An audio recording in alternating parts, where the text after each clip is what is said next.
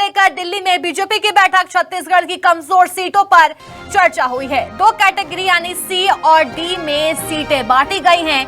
कमजोर सीट पर जल्द होगा उम्मीदवारों का ऐलान। सूत्र के हवाले से ये बड़ी खबर भी सामने आ रही है। उम्मीदवारों को तैयारी करने के नामों का ऐलान जल्द होगा। सी कैटेगरी जहां 2 से अधिक बार हारी या जीत का अंतर काफी कम रहा है, या फिर डी कैटेगरी वैसे सीट जहां बीजेपी कभी नहीं जीती। छत्तीसगढ़ में डी कैटेगरी की 5 सीटें हैं। तो ये बड़ी खबर है, जहां विधानसभा चुनाव को लेकर दिल्ली में कल देर रात तक बड़ी बैठक हुई। एमपी छत्तीसगढ़ के मुद्दों को लेकर चर्चा की गई है, लेकिन कई अहम फैसले भी लिए गए हैं। 2 कैटेगरी सी और डी में सीटें बांटी गई हैं। कमजोर सीट पर जल्द होगा उम्मीदवारों का ऐलान। सूत्र के हवाले से ये बड़ी खबर भी सामने आ रही है। साथ ही उम्मीदवारों को तैयारी करने के लिए नामों का ऐलान जल्द होने वाला है।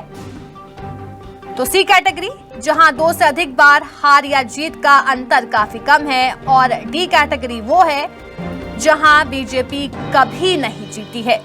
तो डी कैटेगरी की करीब ऐसी 5 सीटें हैं जिसको लेकर कल बैठक में देर रात तक चर्चा हुई है। इस बैठक में खुद पीएम मोदी, गृह मंत्री अमित शाह, जेपी नड्डा शिरकत करने के लिए पहुंचे, और यहां पर कई मुद्दों को लेकर मंथन किया गया है, क्योंकि एमपी छत्तीसगढ़ में साल के अंत में विधानसभा चुनाव है, जिसको लेकर बीजेपी खासा सक्रिय नजर आ रही है।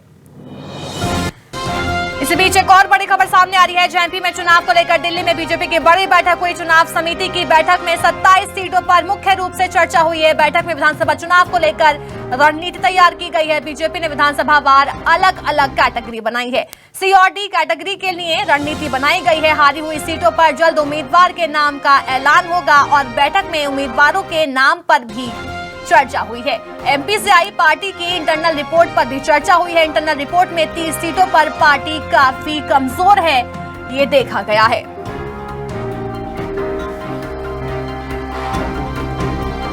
तो एमपी और छत्तीसगढ़ को लेकर इस बैठक में मंथन किया गया है। एमपी से आई पार्टी की इंटरनल रिपोर्ट पर भी चर्चा की गई है। इंटरनल रिपोर्ट में 30 सीटों पर पार्टी काफी कमजोर नजर आई है, जिसको लेकर अब रणनीति जो है वो तैयार की जाएगी आगे की।